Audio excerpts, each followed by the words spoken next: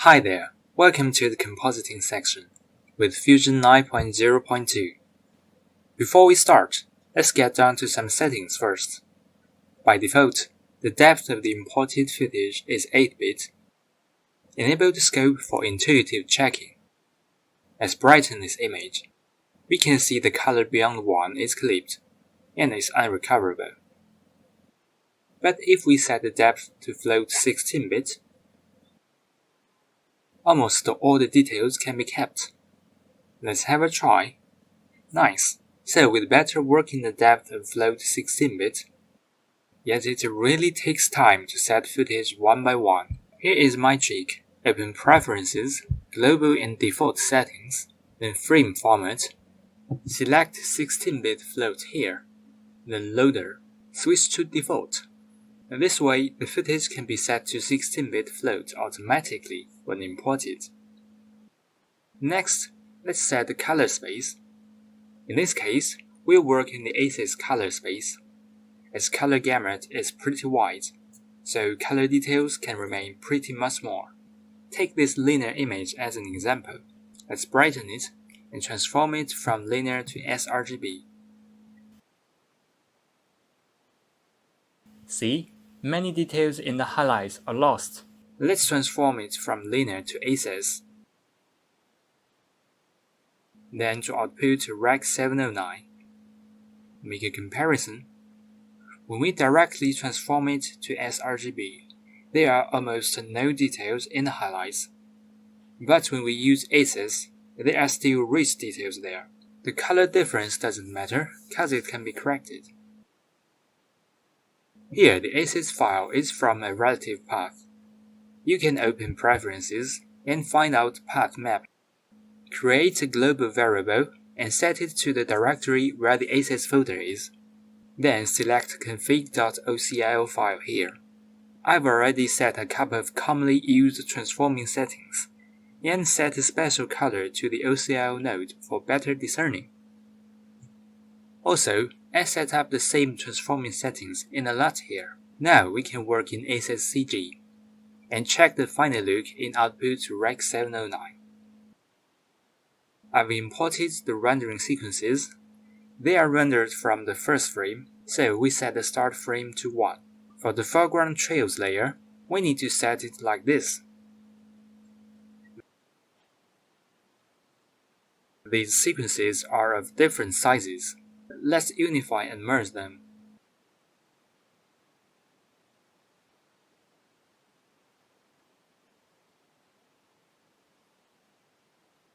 Make an instance copy.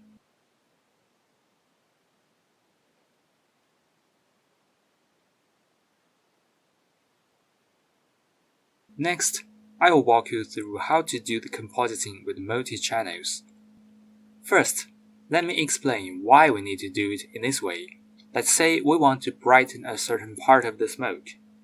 Actually, it's hard to do it in the combined image. But if we isolate each channel and then merge them, it will be easy to adjust a certain lighting layer.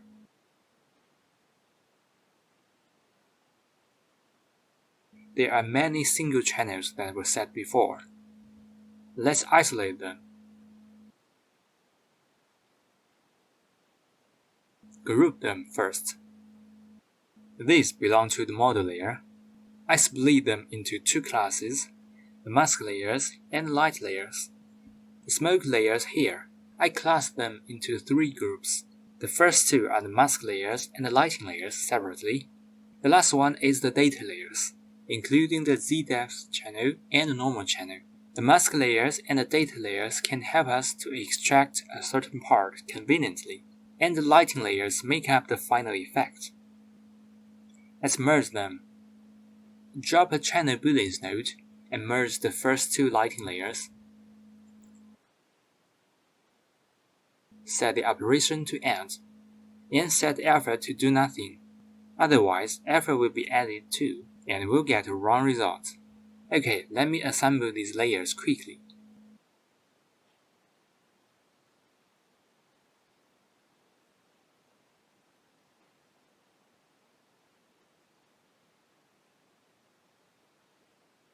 See, the result is perfectly the same as the original image. Then let's set the alpha channel. It will be fine to set the alpha of the bottom layer only. Perfect. Now we've built up a basic process of multi-channel compositing. But note here, if there are many isolated layers, it will really take time, because every loader needs to load the multi-layered EXR sequence one time. That is, the EXR sequence will be loaded over and over again. Definitely, the efficiency will be lowered. So a handy tip is to render out all the lighting channels individually and then load them in. It is a commonly used and effective method that is really troublesome. So to free us from this boring process, our team created a handy tool, Exr Compression. It features EXR processing, like cleaning useless layers, isolating some certain layers, and so on. If you are interested in it, you can search on YouTube. But in this case, I just need to split the model layer and the foreground trail layer. As for the other rendering layers, I'll tweak them based on the combined image, so there is no need to deal with it in that way. Okay, let's split the foreground bones.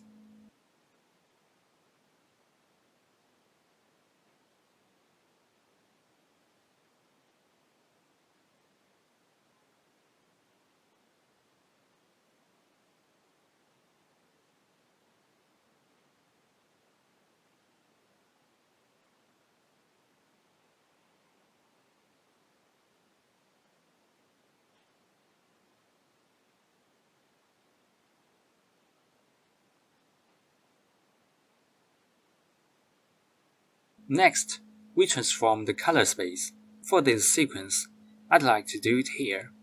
If we do it after the loader nodes, Fusion will run slow due to too many OCIO nodes.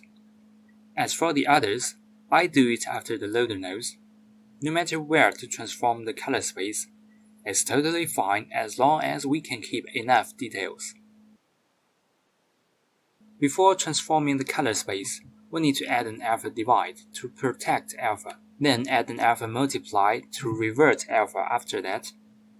Also, we'd better correct the color between them to avoid dark edges and light edges. Come to the foreground trail layers. Channel Boolean nodes read alpha data of background, so we only need to add alpha divide and alpha multiply to the background channel. Alright, before we start to correct color, the complete picture is essential. So let's work on the background image. First, find some suitable footage for the background. Here are the requirements. It should be taken with a wide-angle lens. There is a large area of open ground without apparent mountains. The perspective is similar to this scene. The vegetation is similar to that at the foot of the terrain. There is not much light and shadow overall. It would be better to have some large color blocks formed by open ground and vegetation. Perhaps it's not easy to find such an image that perfectly meets all the requirements, so we can find some closer to the requirements, and then process them to get an intended final look. The scale of the background is largely influenced by the camera animation. If the camera rotates greatly, we'll need a wider background image. I think this image looks fine. We can create the background image based on it. The river can be removed. The sky doesn't fit this scene. I'll replace it with a clouded one. Okay, let's get to it. This image is too large. Let's resize it. The white can be the same as this composition. Then let's put it into the 3D space. Import the camera in Houdini. It's too large to be moved conveniently, so scale it down. Then import a low-poly terrain. A static model will do, cause it's just for reference. Make a copy of the transform node and give it to the terrain. Drop a renderer 3D and adjust the rendering size. Select OpenGL for faster rendering. Switch to float 16 here. Okay, let's merge it with the sequence of the terrain. We can see they don't fit well. Canon 5D 1D needs to be applied here for cameras from Houdini. Fixed.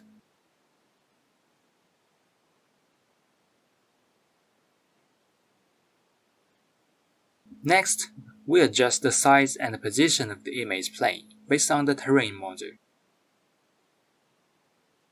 Make sure it can cover the camera view completely, and keep it at a distance from the terrain model. As long as the perspective is proper, it'll be fine. Wear the image up. Remember to transform the color space. For imported footage, like images and videos, we can transform them from output Rec 709 to ACSCG. In this way, color details can be retained as much as possible. Let's preview the effect. We can use the combined terrain sequence for a faster preview. The perspective of the sky and the distant ground works well, yet in the foreground, it's improper. See, the terrain is drifting. It's this distance that causes this problem. Let's solve it with projection. Create another camera in reference to the animated camera. Adjust the focal length to make sure the view of the projection camera includes the view of the animated camera all along. Connect the background image to this camera. Then drop a catcher node.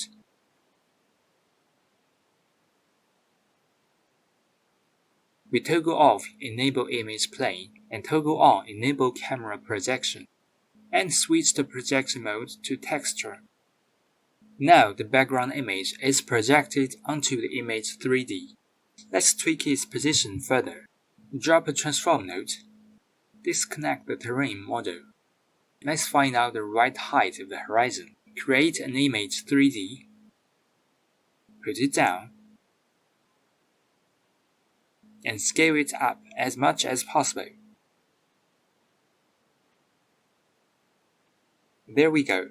We can keep the horizon in the background image basically the same as in 3D space. Yet the horizon overlaps with the crater, which may cause the composition to look weird. To solve this problem, I lift the horizon a bit.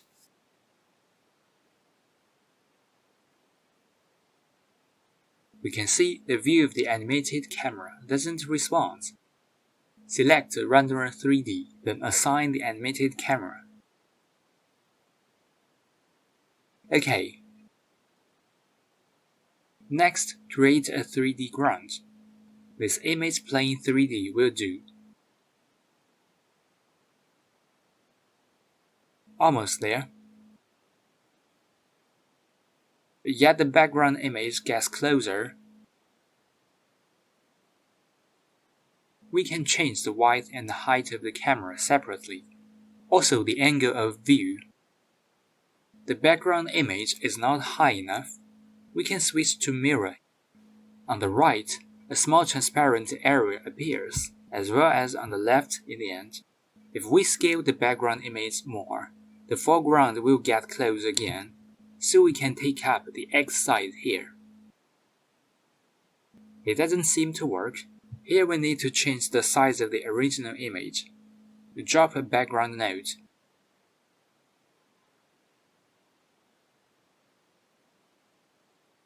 The image is not wide enough.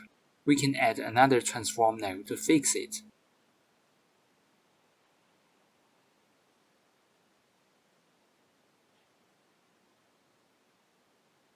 OK, by the way, make sure the most distant area of the 3D image plane is roughly aligned with the horizon in the background image.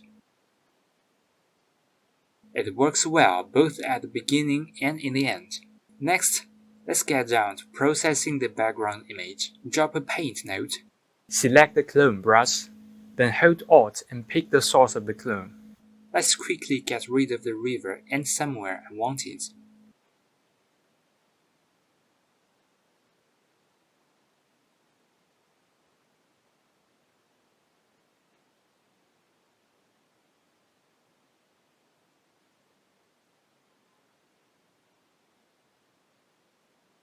The clone brush picks the data of the original image, so we can drop another paint node to pick this processed image. Actually, this is a very dark scene. Thus no need to put too much effort into the distance. Then drop a time stretch node to fix the processing data at the first frame. By the way, we can also modify the stroke duration here, but the image will be calculated frame by frame, which will definitely slow down our efficiency. This image needs to be processed further, so put the transform node at the end. The following process is easy to handle, so I'll skip it. Okay, I'm done. Let's take a look. As we said before, it's nice if there are some color blocks. Here I added some to erase the detail of the background.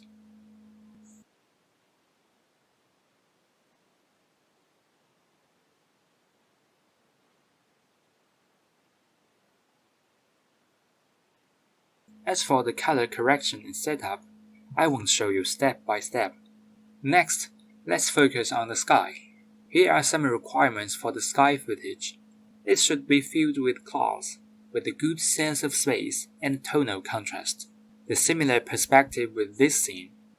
There is no evident lighting and shadows. No need for a pleasing atmosphere and scattered clouds. This one is proper, I think.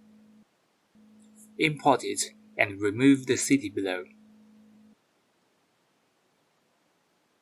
We can set a large soft edge so that the edges can be soft. Then add another mask and subtract the city part.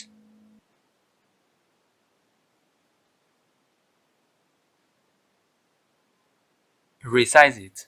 Set the same size as the background image. Then transform its color space. Merge it with the background image.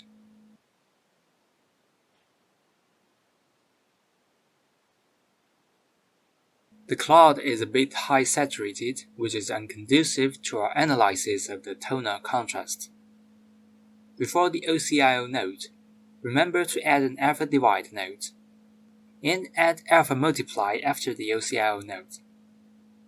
Okay, let's analyze the distribution of the clouds. The focal point is on the right of the image, where the eruption occurs, and I don't want any distracting elements on the left. Let's zoom out a bit.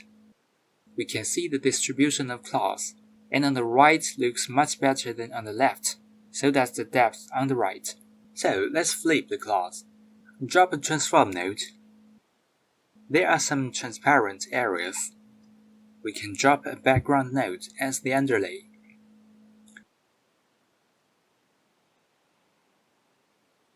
Select a gray color. Here a dark edge appears.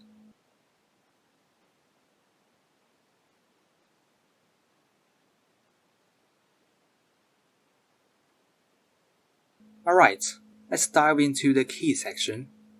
When it comes to a CG environment compositing, there are 3 key points to be considered. The first one is to improve realism. The second one is to highlight the subject. Last but not least, is to enhance the atmosphere of a scene. Actually, light and shade is the main factor affecting the tonal realism. Before start, I will conceive a rough distribution of light and shade, and then follow this all the way to the final effect. Generally, there are 2 types of distribution of light and shade. One is that the brightness is higher as the distance gets further. The other one is the opposite. Generally, the closer something gets to the dominant lighting, the brighter it will be. In this scene, the dominant lighting is near the horizon, slightly left. So my option is this one. This scene is set in a clouded and overcast environment. The dominant lighting won't be very bright, thus there are no large areas in light. Basically, it's a dark tone overall. So the light and shadow should be faint. The horizon there can be slightly brighter to enhance the sense of the 3D space. The brightest area is the explosion. Besides, I'll brighten the silhouette to enhance layering and embellish some small highlights. Lastly, refine the atmosphere as needed.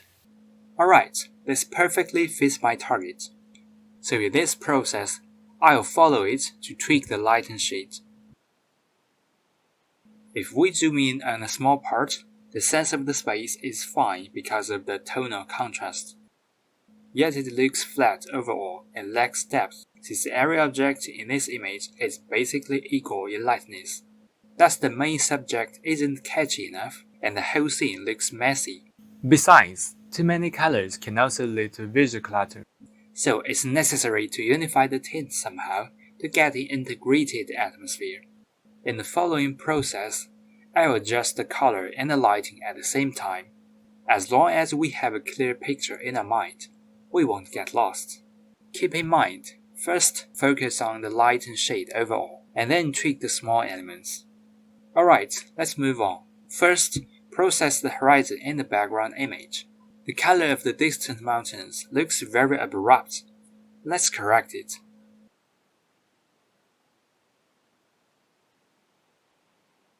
Bring down gain of blue channel, since it controls highlights.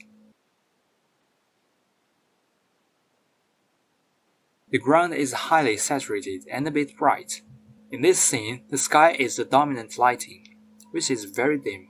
Definitely, the ground will be much darker. Here I also lower down gain. If we lower down gamma, the scene will get high contrast and high saturated. Actually, in this overcast sky, a low saturation is proper. Then let's shift the hue to yellow slightly to make it closer to the final look of amber tone. Reduce gain of the green tap and gain of blue. Lower down the saturation a bit. It looks a bit too saturated now. According to the atmospheric perspective, the color of the objects can shift toward the sky, less saturated and brighter. So we can bring up gamma and the blue channel. The mountains on the right look kind of bright and doesn't match this sky. Also, the ground can be dimmed a bit.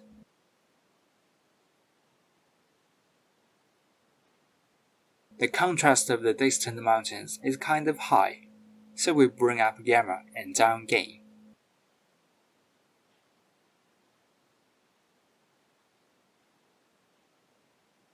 And lower down the saturation a bit. Alright, since the sky is still quite different from the color we want, it's unnecessary to make the ground very cohesive with the sky here. Basically, it's good enough to get the obvious problems solved first. Next, let's get down to the sky. Take a look at the composition first. I think the clouds here look a bit white, lacking a bit of depth. We can try to squeeze it down and lengthen it, so that it looks more distant. Much better now. The saturation of the sky is still too high. Let's lower it down. And it's still a bit blue. We reduce the blue color. Okay. Next, I'd like to dim the foreground clouds in order to get a better depth. Switch to the shadows mode and reduce gamma here.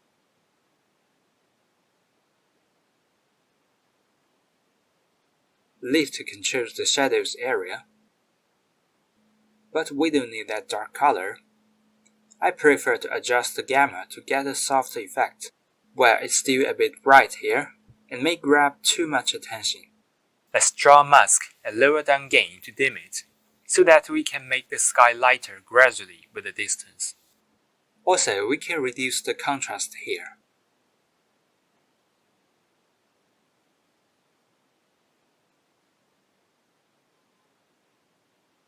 Where the color here becomes a little bit reddish, let's fix it. Here I choose to do it in midtones. Actually, I don't suggest doing this in master. It controls a larger range and might look like being dyed.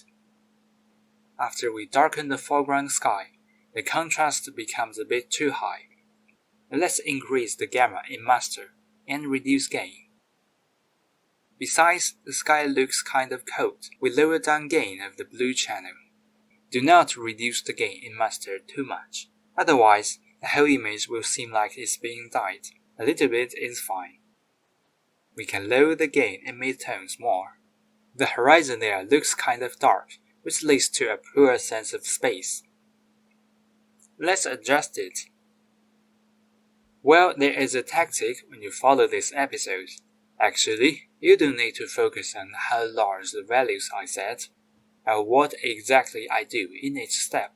Instead, the priority is to understand why I correct the color in that way, and observe how the scene changes accordingly step by step.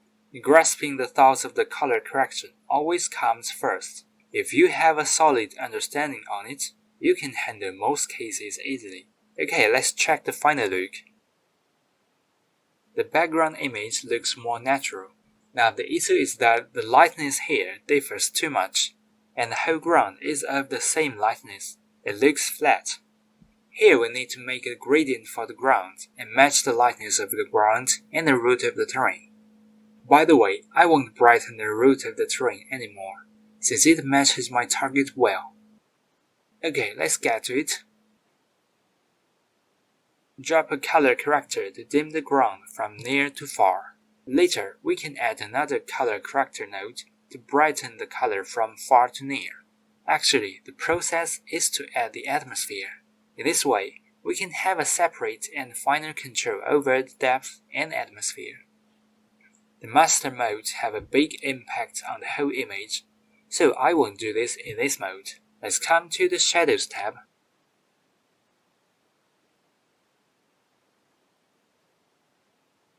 Then we brighten the distant ground after this background node. It's easier to get a uniform tone. Pick up Gamma in the master mode.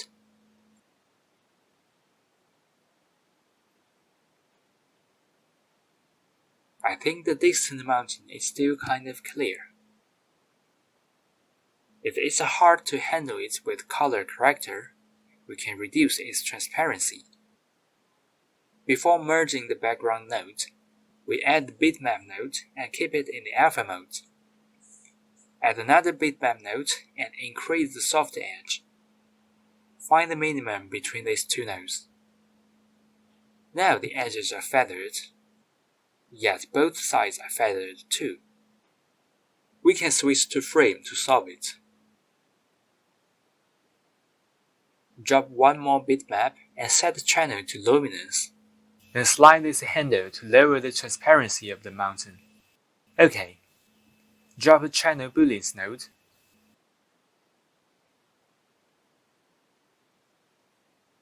And set the operation to add. Better now. The ground is still too bright. Dim it a bit more.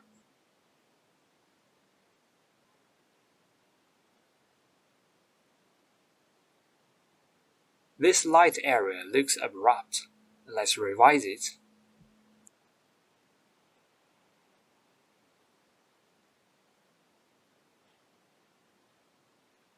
Okay, next, let's focus on the light and shade of the smoke.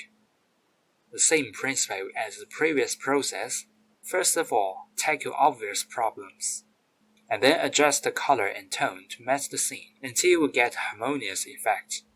After that, we start to work on small elements.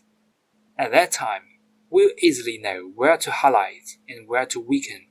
Then focus on the atmosphere of the scene. Alright, let's figure out the obvious problems first. We can see the light and shade looks very cluttered. As a result, the viewer's gaze has no point to rest on. The main focal point should be here, the part that draws and holds the viewer's attention. But there are many distracting elements in the scene.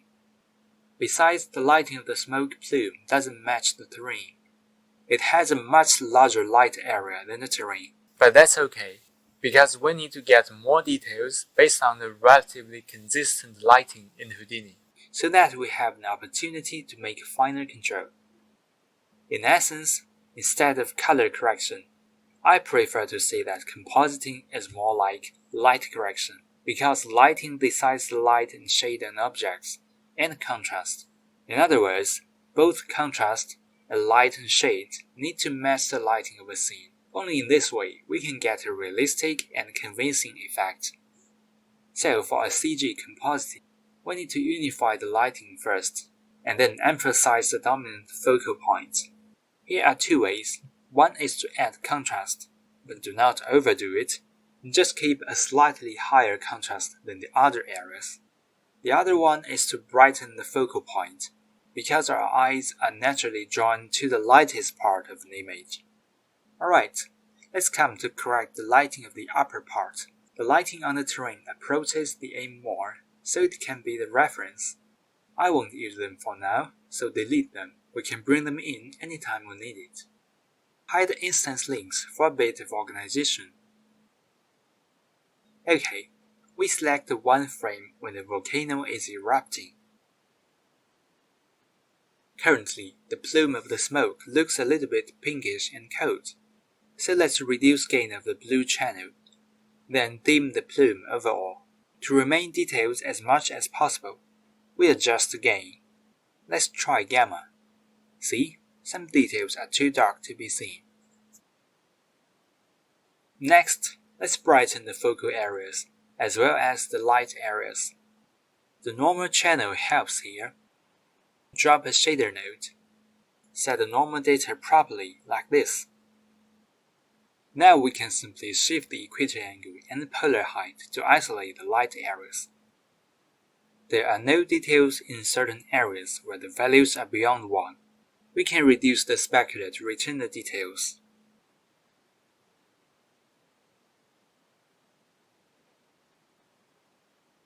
Increase gain to brighten the highlights. Also, we can adjust the gamma slightly, but properly, otherwise the saturation will be lowered too much.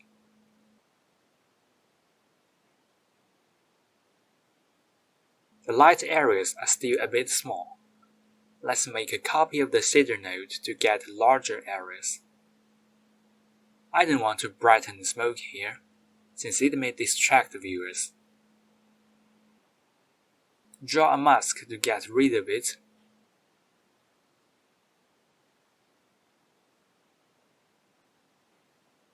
Find the maximum value.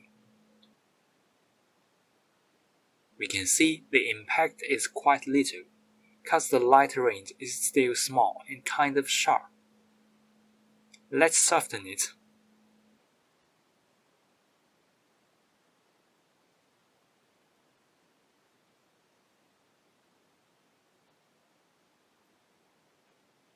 Good. Okay, let's soften the explosion again.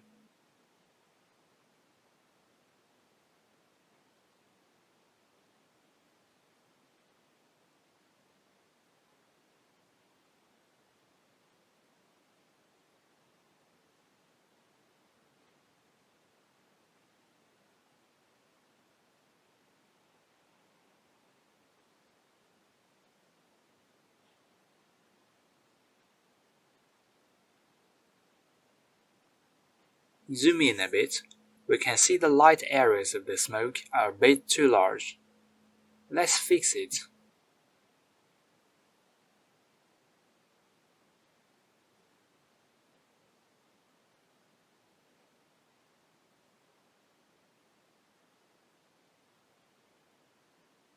The explosion can be warmed up a bit.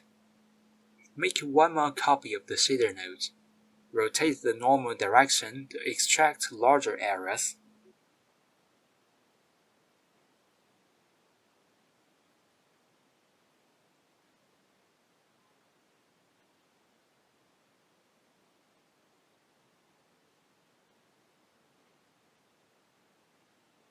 Increase the gamma of red and reduce the blue channel. Reduce gain a bit more and gamma a bit. It gets dark. Let's brighten it back up. Well, it looks kind of yellowish overall. Let's reduce gain of the green channel. Now the plume here is of a little high contrast. Before alpha multiply, we apply a glow node to blur it. We place it before alpha multiply, since it only works on the inside. Bring up the glow size. and reduce the blend. The flame in the focal area can be brighter so that the focal point can draw viewers' attention more. Isolate a lighting channel of the smoke. Add it to the scene through channel booleans. Set alpha to do nothing. Switch the foreground and the background since this node reads alpha data from background. Increase gain in the master mode. We can see when we increase gain, only the highlights can be affected, yet the whole scene will get gray when we raise gamma. Till now, I think you guys have gotten a basic knowledge about gain and gamma. Next, we raise gain in midtones to brighten the highlights a bit more. Also, take up the saturation a bit. No need to highlight the far light on the right since it distracts viewers.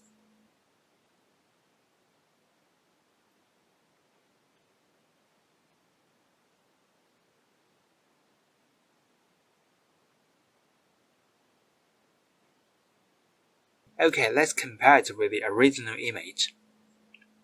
Cool, the explosion center is highlighted well. Alright, well done with the light and shade overall. As for the details, we'll handle them later. And now let's come to the terrain. In this part, we can refer to the plume. Compared with the plume, the terrain doesn't have a good contrast, and is kind of bright. There are two lighting layers, a sunlight layer and a skylight layer. We can dim this flat skylight layer to strengthen the contrast of the terrain. Lower down gamma in shadows. Besides, we can light up the light areas. Let's first bring up the contrast of the terrain. Check the invert here. Raise gain in master, then lower down gamma in shadows. This way, the highlights can be protected as much as possible. As we said previously, the highlights can be affected somewhat if we adjust the gamma in master. Switch to midtones. Raise gain here. Great. Okay, let's work on the trees.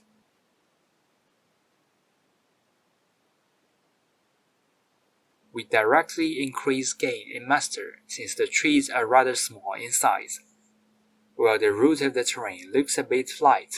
In order to make a better contrast and strengthen the sense of space, we can dim the root and lower the saturation a bit.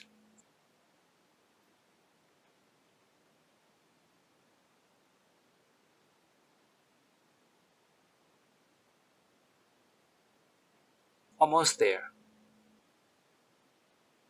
Then the lava. It's a focal element, so lighten it up. Increase both gain and gamma.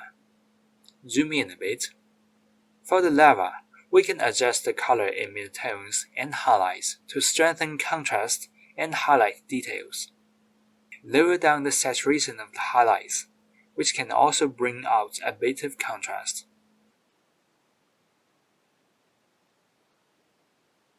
Warm it up a bit. Let's take a look. The lava matches the scene well. Yet the flowing lava doesn't need to be highlighted. It's a bit far from the focal area. Let's darken it back a little bit.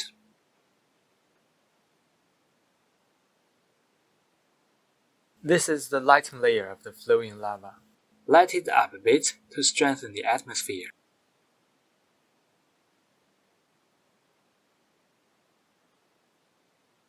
By the way, let's handle the root here. It doesn't fit well into the scene.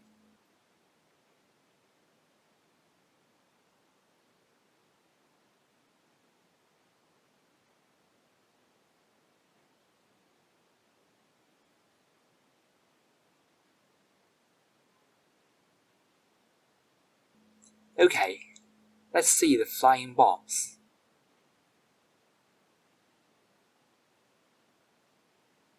The smoke part looks a bit too light, and the light area is quite large. Let's reduce gamma in master to darken it. If we lower down gain, the flame will be destroyed. Now the contrast gets kind of high, so raise lift a little bit. This way we can not only reduce the lightness, but also weaken the contrast. Besides, we increase gain in midtones to light up the flame source more. Some trails are in different lightness, such as this one. Let's dim it a bit more.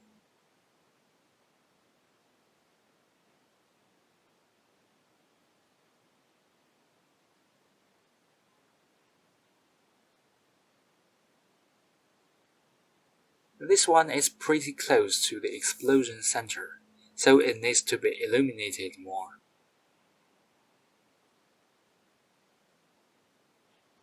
We brighten gain and gamma, and warm it up. Also the shadows to enhance the light transmission.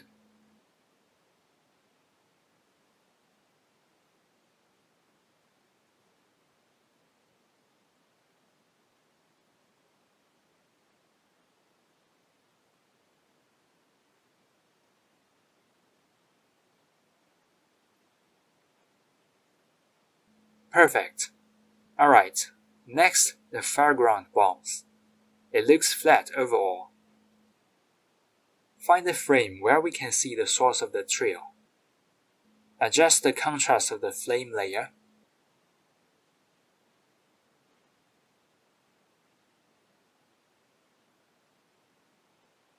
The area of the flame can be larger since the color looks a bit stiff.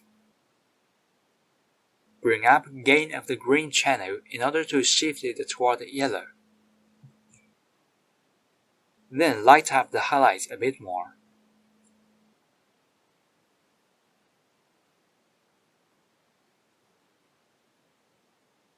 This color corrector is added after alpha multiply, so we need to enable this checkbox to protect alpha.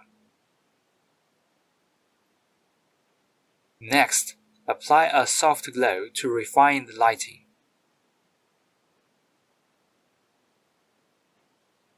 Looks good.